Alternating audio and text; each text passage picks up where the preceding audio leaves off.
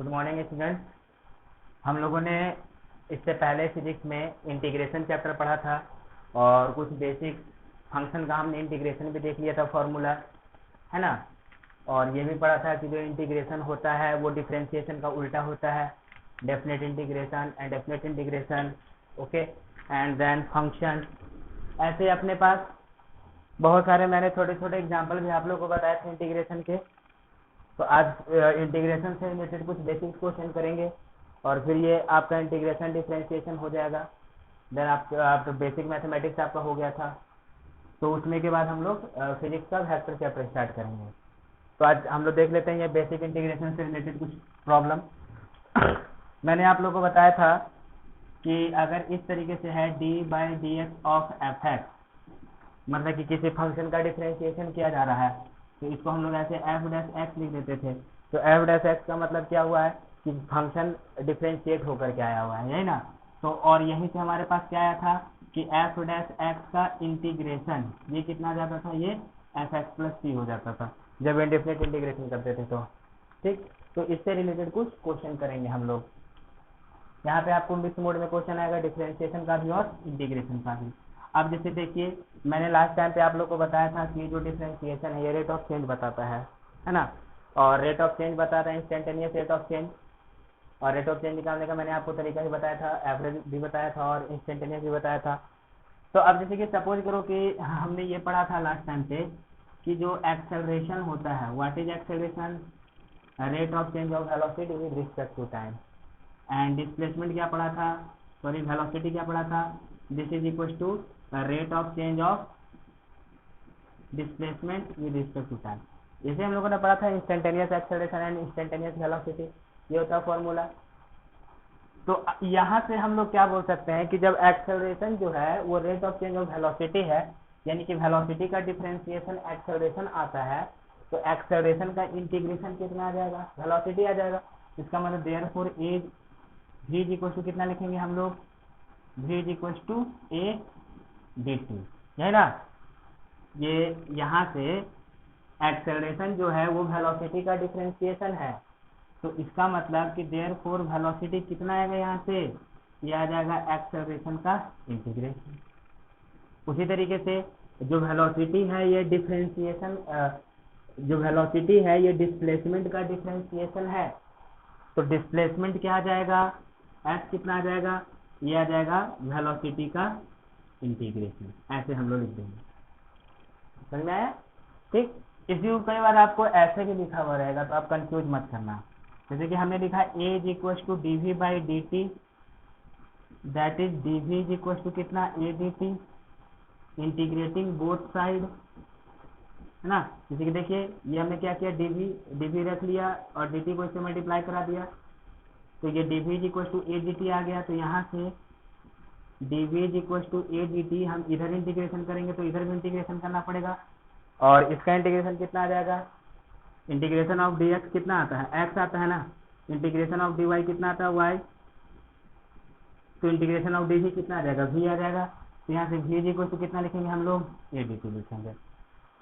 Okay, वैसे ही देखिए ये इंडेफिनिट इंटीग्रेशन है, तो इसमें आगे चल के हम लोग इंडेफिनिट इंटीग्रेशन का जो कांस्टेंट आता है उसको हम लोग ऐड करेंगे, है ना। क्वेश्चन अभी सॉल्व करेंगे तो समझ में आ जाता है। अब यहाँ से देखिए v is equal to ds/dt is equal to v है, तो यहाँ से हम लोग कैसे लिख सकते हैं, f is equal to v dt, है ना। अब दोनों तरफ इंटीग्रेशन कर दिया, f is equal to v dt integration, तो इसका इंटीग्रेशन कितना आ जाएगा, ये आ जाएगा f और ये v dt ऐसा बच जाएगा, प्लस हम कोई यहाँ पे इंडेफिनिट इंटीग्रेशन का कुछ कांस्टेंट रहेगा, हम लोग उसको लिख देंगे, चलेगा। तो इस पे मैं एक आपको एग्जांपल करा के दिखाता हूँ, तो आप लोग ध्यान से समझिए। इस तरीके से एग्जांपल है, क्वेश्चन कहता है वेलोसिटी ऑफ ए, कहता है कि velocity of an object is given as v is equal to 2t square plus t। ठीक, तो अब बताना है कि find the acceleration and displacement at t is equal to 2 second. Given क्या है, given that at t is equal to 0 displacement is 0। ये हमने एक छोटा सा क्वेश्चन में दिया कि वेलोसिटी दिया हुआ है, तो हमें एक्सेलरेशन बताना है और डिस्प्लेसमेंट बताना है। कितने टाइम पे, t is equal to 2 second पे बताना है। तो हमने ऐसा क्वेश्चन पहले भी किया हुआ है। देखिए वेलोसिटी दिया हुआ है और एक्सेलरेशन निकालना है, तब तो कोई प्रॉब्लम नहीं है। हम लोग क्या करेंगे, उसको डिफरेंशिएट कर देंगे वेलोसिटी को, तो क्या मिल जाएगा, एक्सेलरेशन मिल जाएगा, है ना। लेकिन अब डिस्प्लेसमेंट निकालना है तो क्या करना पड़ेगा, डिस्प्लेसमेंट क्या होता है, वेलोसिटी का इंटीग्रेशन होता है।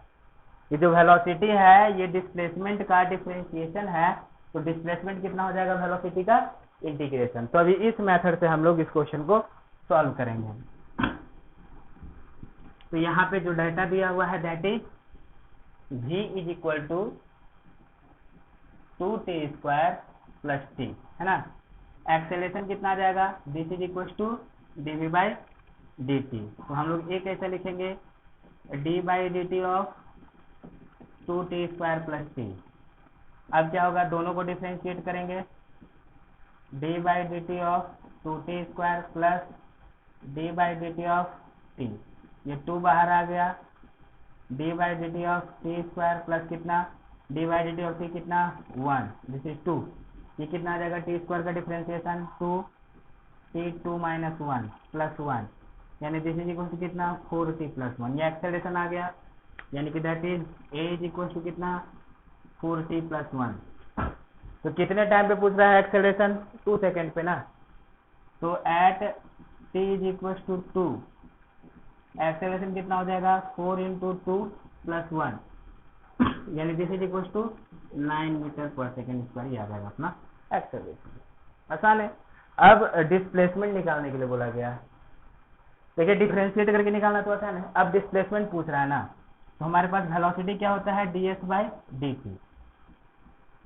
ds by d T is velocity, okay. तो यहाँ से हम लोग कैसे लिखेंगे, ds इज इक्वल टू, इसको छोड़ देते हैं, v dt लेकर के चलते हैं, चलेगा। हम लोग क्या करते हैं, दोनों तरफ इंटीग्रेशन करते हैं। डिस्प्लेसमेंट निकालना है तो हम लोग को इंटीग्रेशन करना पड़ेगा, यानी यहाँ से हम लोग कैसा लिखेंगे, s is equal to v dt। देखिए आप इतना भी अगर डायरेक्ट याद रखेंगे तो भी चलेगा, आपको इतना प्रोसेस करने की जरूरत नहीं है। s is equal to v dt भी किया तो भी यहाँ से अपना काम चलता है। तो डायरेक्ट हम लोग इसको लेकर के चलते हैं, s is equal to v dt integration, ठीक है। अभी यहाँ पे हम लोग वैल्यू पुट कर लेते हैं v का, कितना है ये, integration that is integration of 2t square plus t dt। यह आ गया इंटीग्रेशन। अब यहाँ पे इंटीग्रेशन में हम लोग क्या करेंगे, देखिए प्लस में ये है और ये है प्लस में है, तो प्लस माइनस वाला क्या होता है, सीधा सीधा इंटीग्रेट होते चला जाता है। इसको हम लोग एक बार इसको इंटीग्रेशन करा लेते हैं 2t स्क्वायर को, प्लस एक बार फिर t को इंटीग्रेशन करा लिया, चलेगा। हमारे पास जो इंटीग्रेशन का फॉर्मूला है डी इंटीग्रेशन ऑफ x का पावर n dx, ये कितना होता है, x का power n plus 1 upon n plus 1, है ना। उस हिसाब से कितना आ जाएगा, s इज इक्वल टू ये 2 बाहर आ जाएगा, t स्क्वायर डी टी, और इधर से ये इंटीग्रेशन t डी टी। अब जरा देखिए ध्यान दीजिए, यहाँ पे ये t स्क्वायर का इंटीग्रेशन कितना हो जाएगा, t का पावर 2 प्लस 1 बाई 2 प्लस 1, यानी कितना, t का पावर 3 बाई 3, यानी 2 इंटू टी का पावर 3 बाई 3, प्लस ये कितना हो जाएगा, 1 है तो 1 प्लस 1 बाई 1 प्लस 1 2 ना, t का पावर 2 बाई 2 प्लस ये c। ये हमने c क्यों डाला, ये हमने c क्यों लिखा है, ये c लिखा है क्योंकि इंडेफिनिट इंटीग्रेशन किए हैं इस वजह से। और इंडेफिनिट इंटीग्रेशन में क्या होता है, कुछ कांस्टेंट टर्म मिस होने का चांस रहता है, चलते हमने ऐसे c लिख दिया। और मैंने आपको ये भी बताया था कि जितने इंटीग्रेशन के टर्म आएंगे उतना कांस्टेंट नहीं लिखना है। इंडेफिनिट इंटीग्रेशन है, 1 रहे 10 रहे 4 रहे, एक कांस्टेंट लिख दिया तो वो सफिशिएंट है, वो सब क्या करेगा, जितने भी मिसिंग वैल्यू है वो सब को इंक्लूड कर लेगा।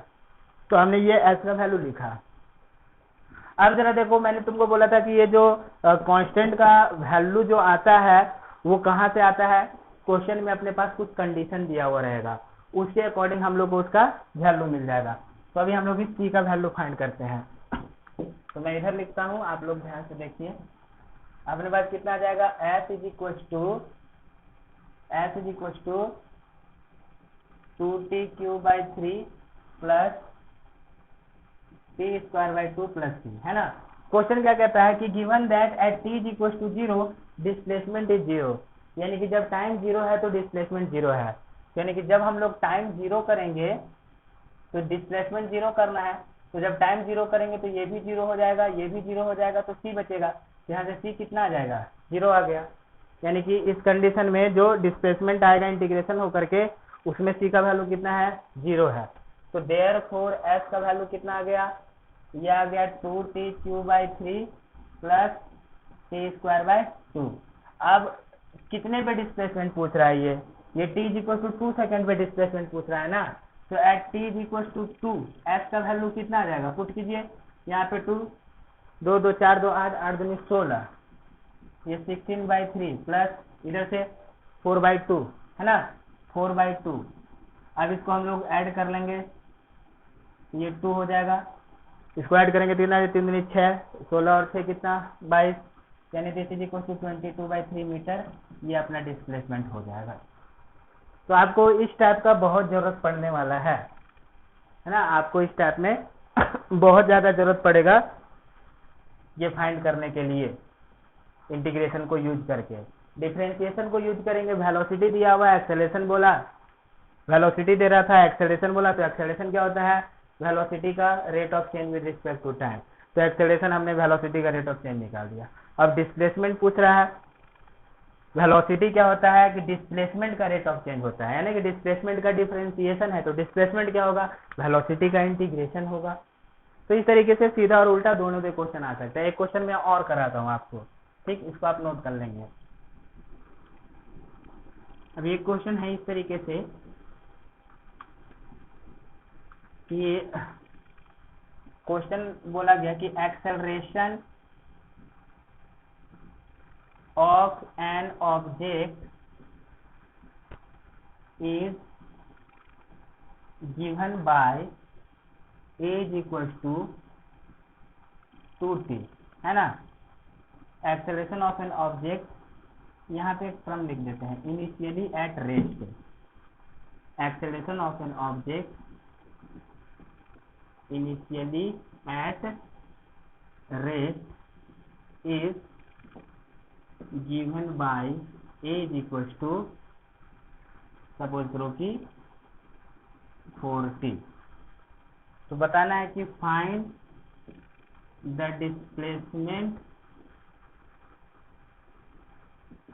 Displacement of object at t is equals to 5 second.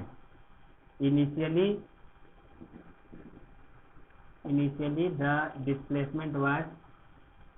displacement of object was 0।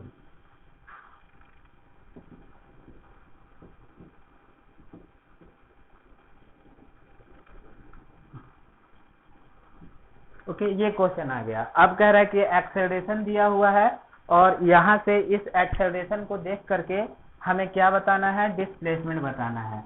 कितने टाइम पे डिस्प्लेसमेंट बताना है, 5वें सेकंड पे, चलेगा। अब इसको हम लोग कैसे सॉल्व करेंगे, अभी यहाँ से हमारे पास एक्सेलरेशन हो जाता है dv/dt, तो यहाँ से हम लोग v कितना लिख देते हैं, एक्सेलरेशन का इंटीग्रेशन। वेलोसिटी होता है डिस्प्लेसमेंट का डिफरेंशिएशन, तो हम लोग s कितना लिख देते हैं, वेलोसिटी का इंटीग्रेशन। डिस्प्लेसमेंट फाइंड करने के लिए बोल रहा है ना, तो डिस्प्लेसमेंट फाइंड करने के लिए बोल रहा है, तो यहाँ से हम लोग वेलोसिटी का इंटीग्रेशन करके लिख सकते थे, लेकिन वेलोसिटी तो डायरेक्टली नहीं दिया हुआ है, यहाँ पे एक्सेलरेशन दिया हुआ है। तो क्या करेंगे, पहले इस एक्सेलरेशन से हम लोग इंटीग्रेट करके वेलोसिटी निकाल लेंगे, और फिर उसको वापस फिर से इंटीग्रेट करके हम लोग क्या निकालेंगे, डिस्प्लेसमेंट निकालेंगे, चलेगा। आपको काइनेमेटिक्स में और मैकेनिक्स में ऐसे क्वेश्चन भरपूर मिल जाएंगे। तो इसको हम लोग सॉल्व करते हैं, तो आप लोग ध्यान से समझिए। पहले हम लोग वेलोसिटी निकालते हैं। वेलोसिटी कितना हो जाएगा, a dt। What is a is equal to 4, है ना, यानी कि दैट इज 4t dt। ये 4 कांस्टेंट है, कितना आ गया T D T. 4 what is the integration of T D T, T square by 2 plus C. क्यों सी, क्योंकि इंडेफिनिट इंटीग्रेशन कर रहे हैं, है ना। और ये सी का वैल्यू हम लोग को गिवन कंडीशन के अकॉर्डिंग फाइंड हो जाएगा। This is equal to 2t square plus C, ये वेलोसिटी आ गया।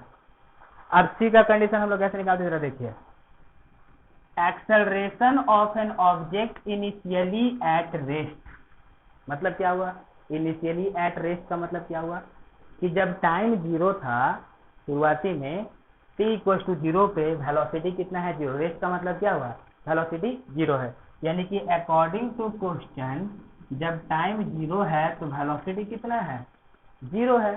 तो जब टाइम 0 है तो वेलोसिटी 0 है, तो देयरफॉर कैसा लिखेंगे 0 इज इक्वल टू 0 प्लस सी, तो देयरफॉर सी कितना हो जाएगा 0। तो देयरफॉर हमारे पास वेलोसिटी कितना बचेगा, ये 2t स्क्वायर बच गया।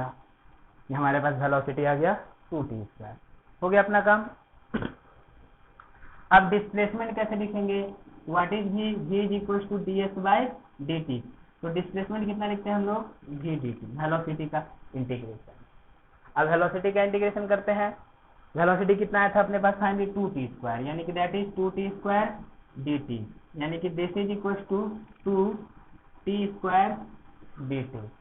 चलेगा, कितना आ गया बच्चे, यहाँ से इधर से आ गया 2, इसका इंटीग्रेशन t का पावर 3/3 प्लस सी, यानी this is equal to 2/3 t cube plus C. Okay, ये आ गया डिस्प्लेसमेंट अपने पास। अब हम लोग उसी का वैल्यू निकालना पड़ेगा ना। तो गिवन कंडीशन क्या है, displacement of object was 0, initially displacement भी 0 था, यानी कि अकॉर्डिंग टू क्वेश्चन जब t इज इक्वल टू 0 है तो s भी कितना है 0 है। तो जब हम लोग इसको पुट करेंगे तो कितना आ जाएगा, ये 0 हो गया, ये 0 हो गया, c आ गया। तो देयरफॉर c कितना हो गया 0। तो यहाँ से हम लोग कितना लिखेंगे, therefore s is equal to कितना 2/3 टी क्यू। ये डिस्प्लेसमेंट का इक्वेशन आ गया, है ना। अब ये डिस्प्लेसमेंट का इक्वेशन आ गया। अब यहाँ से हम लोग क्या करेंगे, कितने पे डिस्प्लेसमेंट पूछ रहा है, t is equal to 5 second पे। तो at t is equal to 5, s का वैल्यू कितना हो जाएगा 2/3 इंटू 5q, यानी कि 125 आ जाएगा। 25 25 125 250, है ना, यानी कि 250, ये 3, ये s, इतना मीटर में हम लोग आंसर लिख सकते हैं। तो ये अपने पास कुछ बेसिक यूज है इंटीग्रेशन का। तो आपको इसको क्या करना है, बिल्कुल ध्यान में रख करके सॉल्व करना है, ठीक। ओके, अब जैसे क्या करते हैं कि अभी मैं आप लोग को एग्जांपल्स दूंगा ताकि आपको समझ में आएगा कि आप प्रीवियसली जो भी पढ़े हैं वो सब कैसे आपस में रिलेटेड है। ओके, तो इसमें एक और एग्जांपल हम लोग करते हैं। जरा साइन स्कीम जो मैंने आप लोग को पढ़ाया था, एक एग्जांपल हम यहाँ पे भी तुमको साइन स्कीम का लगा करके दिखाते हैं कि ऐसे सिचुएशन में कैसे साइन स्कीम क्वेश्चन बन सकता है। अभी आप जरा ध्यान दो कि जो वेलोसिटी है, एक्सेलरेशन है, ये सब वेक्टर क्वांटिटी है। आगे हम लोग वेक्टर के बारे में पढ़ेंगे। वेक्टर क्वांटिटी के बारे में आगे पढ़ना है हम लोग को कि वेक्टर क्वांटिटी जिसके पास मैग्नीट्यूड होता है और डायरेक्शन होता है उसको वेक्टर क्वांटिटी कहते हैं, है ना। तो वेक्टर क्वांटिटी में मैग्नीट्यूड और डायरेक्शन दोनों रहता है। केवल हम लोग वैल्यू बता देंगे, जैसे कि मैंने बोल दिया कि फोर्स 10 न्यूटन का फोर्स लगाना है, तो वैल्यू है 10 न्यूटन। अब फोर्स किधर लगाना है, अब इधर फोर्स लगाएंगे तो एक अलग इम्पैक्ट आएगा, इधर फोर्स लगाएंगे तो अलग इम्पैक्ट आएगा, आगे फोर्स लगाएंगे तो एक अलग इम्पैक्ट आएगा, है ना। तो यानी कि फोर्स एक वेक्टर क्वांटिटी है, तो वहां पे डायरेक्शन का भी पता होना जरूरी है मैग्नीट्यूड के साथ साथ। अगर डायरेक्शन नहीं दिया हुआ है तो डायरेक्शन चेंज करने की वजह से अलग अलग इम्पैक्ट आ रहा है। तो ऐसे ये जो वेलोसिटी, एक्सेलरेशन, ये सब जो है ये सब वेक्टर क्वांटिटी है। आगे जब वेक्टर पढ़ाएंगे तो आप लोग को डिटेल में पढ़ाया जाएगा। तो कई बार क्या होता है कि जब हम लोग इस वेक्टर क्वांटिटी को डील करते हैं ना, तो एक डायरेक्शन में अगर हम लोग वैल्यू को पॉजिटिव दिखाते हैं तो दूसरे डायरेक्शन में हम लोग वैल्यू क्या दिखाते हैं, नेगेटिव दिखाते हैं। ये बात आप लोग ध्यान रखिएगा कि अगर एक तरफ वेलोसिटी पॉजिटिव है तो एक तरफ वेलोसिटी क्या होता है, नेगेटिव होता है। अगर मान लो कि वेक्टर क्वांटिटी है, हम अगर एक तरफ सपोज करो कि इस डायरेक्शन में वेलोसिटी को पॉजिटिव लिख रहे हैं तो इस डायरेक्शन में वेलोसिटी को हम लोग क्या लिखेंगे, नेगेटिव। अगर जैसे कि मान लिया गया कि इधर पॉजिटिव वाला डायरेक्शन लिखा गया है और वेलोसिटी लिख रहा है 5 मीटर पर सेकेंड, इसका मतलब कि बॉडी इधर जा रहा है। अगर वेलोसिटी लिख दिया -5 मीटर पर सेकेंड, तो इसका मतलब कि बॉडी इधर जा रहा होगा। ये प्लस और माइनस का होता है वेक्टर के साथ, ठीक। तो एक क्वेश्चन मैं आप लोग को करता हूं। क्वेश्चन कहता है कि इस तरीके से है कि acceleration of an object is given by as equals to 2t minus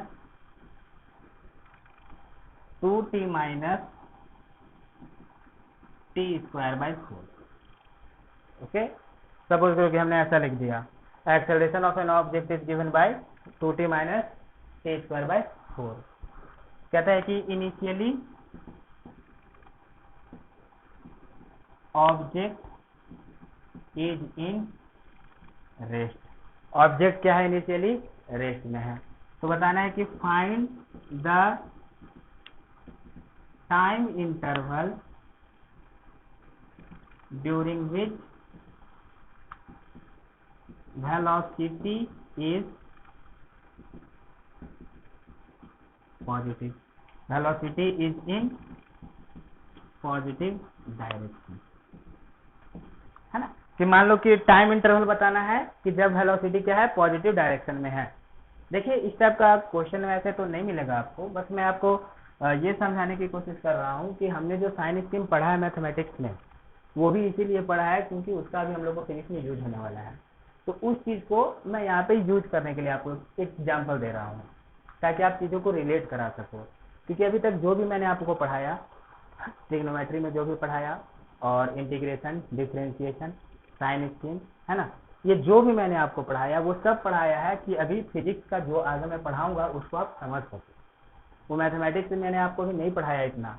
integration differentiation एक बहुत बड़ा चैप्टर है, इसको पढ़ने में, ओनली इंटीग्रेशन को पढ़ने में एक महीना जाता है। डिफरेंशिएशन को आप ज़्यादा 7 दिन 8 दिन में ख़त्म कर सकते हैं, है ना। तो वो बस एक मैंने आपको एक इंट्रोडक्शन दिया है ताकि आप चीज़ों को आगे समझो। वो आपको डिटेल में हम लोग कवर करके बताएंगे। तो ये मान लो कि क्वेश्चन है कि acceleration of an object is given by this, initially object is in rest, find the time interval during which velocity is in positive direction. यानी कि हमें टाइम इंटरवल बताना है कि जब वेलोसिटी क्या हो, पॉजिटिव है। तो एक काम करते हैं, अभी हम लोग पहले वेलोसिटी निकाल लेते हैं, है ना। तो यहाँ से अपने पास एक्सेलरेशन कितना होता है, dv बाई dt, यानी कि therefore v is equal to कितना, एक्सेलरेशन का इंटीग्रेशन, चलेगा।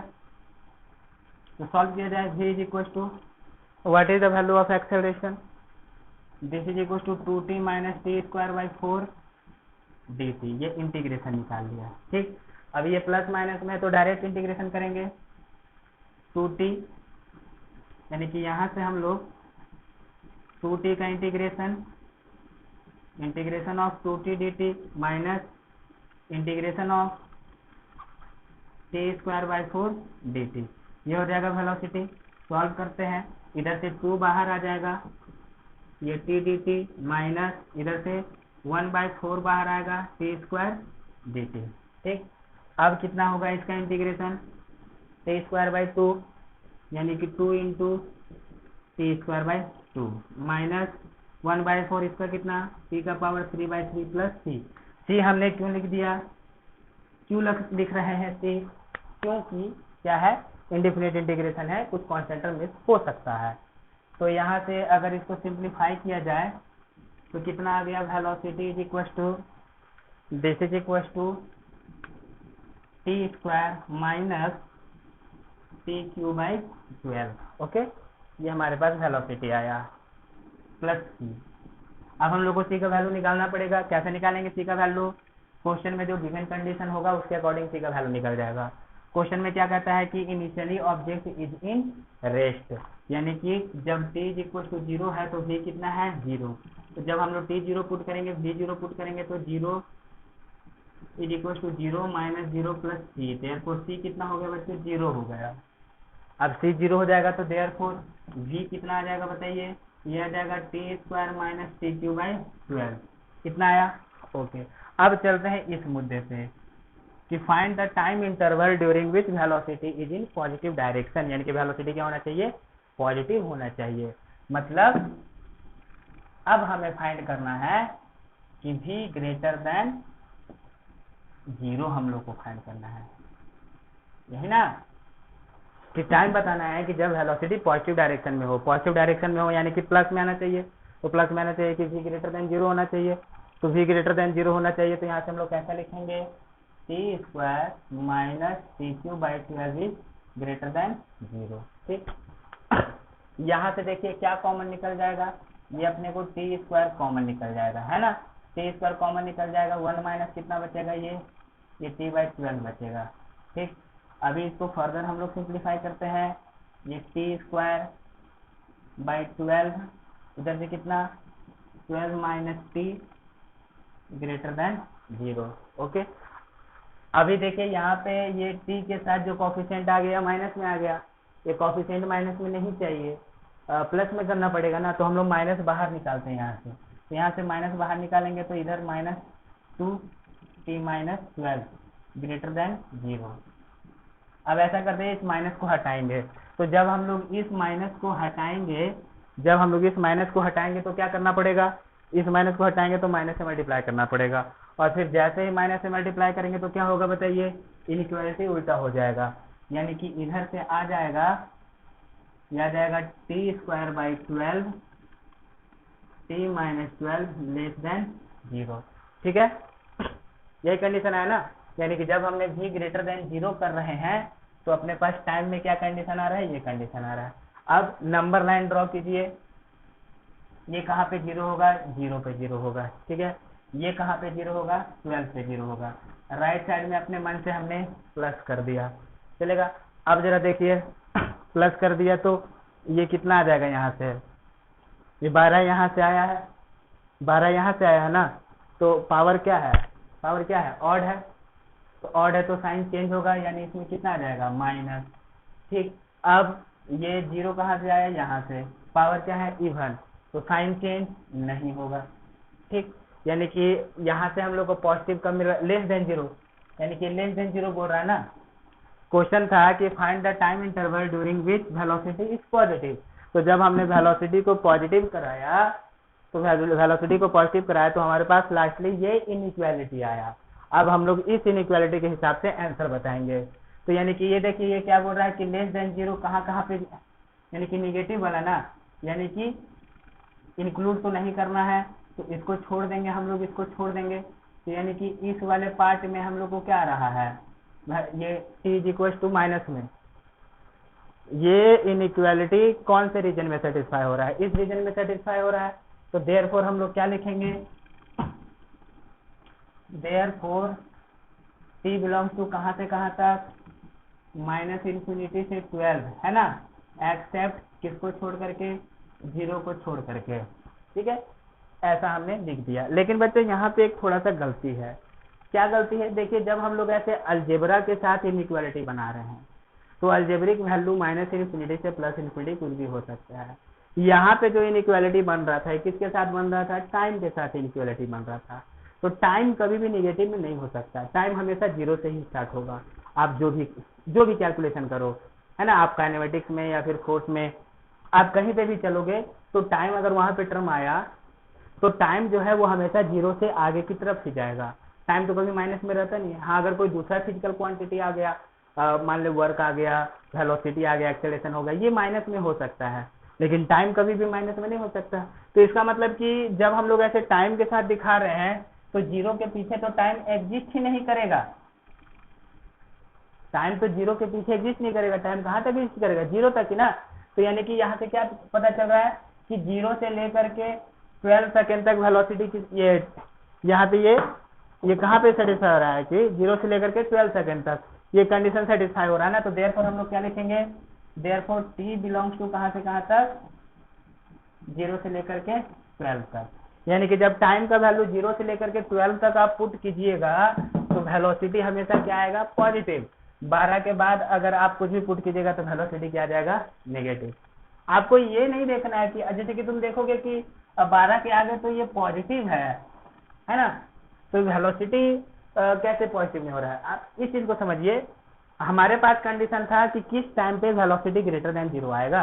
हमने वेलोसिटी को जब ग्रेटर देन 0 किया तो ऐसे किए सॉल्व होते होते ये कंडीशन आ गया, मतलब कि जहां पे ये कंडीशन सेटिस्फाई होगा वहीं पे ना ये कंडीशन सेटिस्फाई होगा। तो ये कंडीशन कहाँ पे सेटिस्फाई हो रहा है, 0 से लेकर के 12 के बीच में। तो जब ये कंडीशन 0 से लेकर के 12 के बीच में सेटिस्फाई हो रहा है तो इसका मतलब ये कंडीशन कहाँ सेटिस्फाई होगा, 0 से लेकर के 12 के बीच में। यानी कि 0 से लेकर के 12 सेकंड तक वेलोसिटी पॉजिटिव होगा, आगे जाएगा 12 के बाद क्या होगा, नेगेटिव होगा, वो पीछे जाने लगेगा। तो ये एक मैंने आपको छोटा सा एग्जांपल दिया इस इनइक्वालिटी से, ठीक है। तो आप ये सारे नोट्स बना लेंगे। इससे रिलेटेड मैं आपको और कुछ असाइनमेंट दूंगा, आप लोग ट्राई करेंगे, जो नहीं बनेगा मैं उसको सॉल्व करके आप लोग को दूंगा फिर।